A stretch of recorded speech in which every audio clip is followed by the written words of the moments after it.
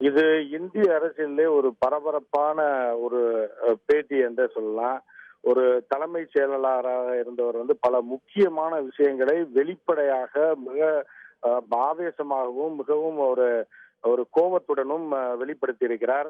இந்த ரைடுக்கு பிறகு அவர் மருத்துவமனை அனுமதிக்கப்பட்டார். பல்வேறு யூகங்களும் பல்வேறு தகவல்களும் வந்தன. அதாவது அவர் வீட்டில் பல 100 கோடிகள் கைப்பற்றப்பட்டதாகவும், புதிய நோட்டுகள், பழைய நோட்டுகள், தங்க கட்டிகள் என பல்வேறு கோடிக்கணக்கான ரூபாய் மதிப்பிலான பொருட்கள் எல்லாம் கைப்பற்றப்பட்டதாக பல்வேறு வதந்திகள் பரவி வந்தன. இதற்கு முற்றுப்புள்ளி வைக்கும் வகையில் தான் இன்று ராமமோகன் ராவ் தன்னுடைய இல்லத்தில் இந்த செய்தியாளர்களை சந்தித்திருக்கிறார். இது ஒரு அதிரடி பரபரப்பான ஒரு செய்தியாளர் சந்திப்பு என்றே சொல்லலாம். அவர் மத்திய அரசை மிக கடுமையாக விமர்சித்திருக்கிறார். அதே நேரம் தன் உடன் பணிபுரியும் தன் உடனான அந்த ஐஏஎஸ் அதிகாரிகளுக்கும் பல கேள்விகளை எழுப்பியிருக்கிறார். முதலமைச்சர் ஜெயலலிதா அவர்கள் உயிரோடு இருந்திருந்தால் இந்த சம்பவம் நடந்திருக்குமா என்றும் அவர் மத்திய அரசுக்கு நேரடியாகவும் மறைமுகமாகவும் சவால் விட்டிருக்கிறார். எதற்காக என்னுடைய அலுவலகத்திற்கு நுழைந்தார்கள்? நான் என்ன தீவிரவாதியா? என் மீது எந்த விசாரணை குறித்த எந்த வாரண்டும் இல்லாமல் என் வீட்டிற்கு துப்பாக்கி முனையில் இந்த சோதனையை நடத்தி இருக்கிறார்கள். எனக்கு என் வீட்டில் கைப்பற்றப்பட்டது 1,12,000 ரூபாய் மட்டுமே என் வீட்டில் இருந்தது. அது போக என்னுடைய மனைவி மற்றும் மகள் ஆகியோரின் நகை ஒரு 50 சவரன் நகை இருந்தது. இவ்வளவுதான் இருந்தது.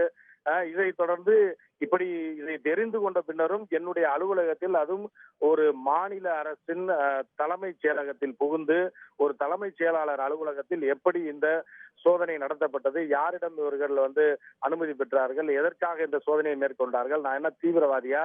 ஒரு தலைமைச் செயலாளர் அலுவலகத்திற்கே எந்தவித அனுமதியுமின்றி, எந்தவித வாரண்டுமின்றி, எந்தவித முன் அறிவிப்புமின்றி அதில் புகுந்து அவர்கள் அங்குள்ள ஆவணங்களை எடுத்து செல்கிறார் என்றால் தமிழக மக்களுக்கு என்ன பாதுகாப்பு? தமிழக அரசுக்கு என்ன பாதுகாப்பு என்றெல்லாம் அவர் மிக கடுமையான கேள்விகளை இந்த செய்தியாளர் சந்திப்பில் எழுப்பினார்.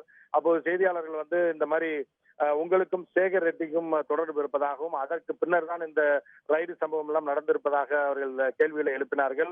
ஆனால் ராம்மோகன் ராவை பொறுத்தவரை சேகர் ரெட்டி என்பவர் யார் என்றே தனக்கு தெரியாது என்றும், தனக்கும் அவருக்கும் எந்த தொடர்பும் இல்லை, எந்த தொழில் தொடர்போ வேறு எந்த தொடர்போ இல்லை என்றும் அவர் தெரிவித்திருக்கிறார்.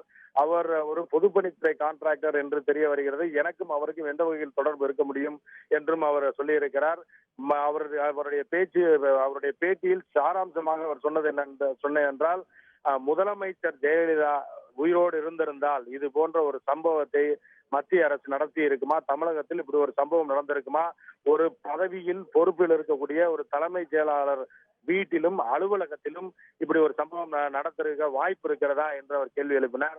அதே போல இந்த தலைமைச் செயலகத்தில் அந்த சோதனைகளை நடத்திய போது முதலமைச்சர் பன்னீர்செல்வம் அங்குதான் இருந்திருக்கிறார். அமைச்சர்கள் எல்லாம் இருந்திருக்கிறார்கள். இந்த வந்தவர்கள், சோதனை நடத்த வந்தவர்கள், அந்த ஐடி டிபார்ட்மெண்ட்டை சேர்ந்தவர்கள் யாரிடம் பர்மிஷன் அனுமதியை பெற்று இந்த சோதனை நடத்தினார்கள்? முதலமைச்சரிடம் பேசினார்களா என்னவென்றெல்லாம் அவர் கேள்வி எழுப்பியிருக்கிறார். அதுபோக மறைந்த முதலமைச்சர் ஜெயலலிதா அவர்களுடைய இறுதிச் சடங்கை எந்தவித பிரச்சனையும் இல்லாமல், எந்தவித சட்ட ஒழுங்கு சீர்குலையும் இல்லாமல் அமைதியான முறையில் தாம் நடத்தி வெற்றி கண்டதாகவும் அவர் தெரிவித்திருக்கிறார். அதே போல வார்து புயலை மிக திறமையாக சமாளித்து மக்களுக்கு எந்தவித பாதிப்பும் இல்லாத வகையில் நடவடிக்கையை மேற்கொண்டிருப்பதையும் அவர் சுட்டிக்காட்டியிருக்கிறார். இப்படி ஒரு சிறந்த தலைமைச் செயலராக தாம் செயல்பட்ட வந்த போதிலும் தன் மீது எதற்காக இந்த நடவடிக்கை எடுக்கப்பட்டது என்றும் அவர் குறிப்பா இந்த விஷயத்தில் சொல்லியிருக்காரு. இது போக என்ன சொல்லியிருக்காருன்னா, என்னுடைய உடைமைக்கும் உயிருக்கும் பாதுகாப்பு அற்ற நிலை ஏற்பட்டிருக்கு அப்படின்னு சொல்லியிருக்காரு. எதற்காக இந்த பாதுகாப்பற்ற நிலை என்பது கூட தனக்கு தெரியாது என்றும் அந்த பேட்டியில் அவர் சொல்லியிருக்கிறார். ஆனால் என்னுடைய உடைமைக்கும் உயிருக்கும் பாதுகாப்பற்ற நிலை இருக்கிறது. ஏன் இந்த நடவடிக்கை எடுக்கப்பட்டது? நான் ஒரு தலைமைச் செயலராக சிறப்பாக செயல்பட்டிருக்கிறேன். கிட்டத்தட்ட 5-6 வருடங்கள் முதலமைச்சருடன் பாதம் முட்டி நடந்திருக்கிறேன். அவரிடம் முதலமைச்சர் ஜெயலலிதாவிடம் பயிற்சி பெற்றவர் நான். எனவே எனக்கும் இந்த இதுக்கும் எந்த தொடர்பும் கிடையாது. என் வீட்டில் எந்த பணமும் கைப்பற்றப்படவில்லை. என்னிடம் கோடிக்கணக்கான பணம் இருக்கிறது, தங்க நகைகள் இருக்கிறது என்பதெல்லாம் ஒரு தவறான தகவல் என்று மிக ஆவேசமாக தன்னுடைய இந்த பேட்டியில் அவர் தெரிவித்திருக்கிறார். இந்த பேட்டியானது அதிரடியாக கூட்டப்பட்டிருக்கிறது. இன்று காலை அவர் செய்தியாளர்களை தன்னுடைய வீட்டில் சந்திப்பார் என்று சற்று முன்னர் தான், 1 மணி நேரத்திற்கு முன்னர் தான் செய்தியாளர்களுக்கு தெரிவிக்கப்பட்டது. திடீரென ராமமோகன் ராவ் தன்னுடைய இல்லத்தை விட்டு வெளியே வந்தார். அதிரடியாக பேசினார், பரபரப்பாக பேசினார். அவருடைய சக ஐஏஎஸ் அதிகாரிகள் நண்பர்களுக்கும் கேள்விகளை வைத்தார். இப்படி நடந்தால் எப்படி இது எப்படி நடந்தது என்பதை நீங்கள் மனதில் கொள்ள வேண்டும் என்று சொல்லியிருக்காரு. அதே போல மத்திய அரசையும் அவர் கடுமையாக சாடி இருக்கிறார், சிஆர்பிஎஃப் சாடி இருக்கிறார். அனைவரையும் கடுமையாக சாடி தான் ஒரு சுத்தமானவன், எனக்கும் இந்த ஊழலுக்கும் எந்த சம்பந்தமும் கிடையாது, சேகர் ரெட்டி என்பவர் எனக்கு தெரியவே தெரியாது, அவருடன் எந்த தொடர்பும் எனக்கு கிடையாது அவர் என்றெல்லாம் அவர் மிக தெளிவாகவும் ஆவேசமாகவும் இந்த பேட்டியில் தெரிவித்திருக்கிறார்.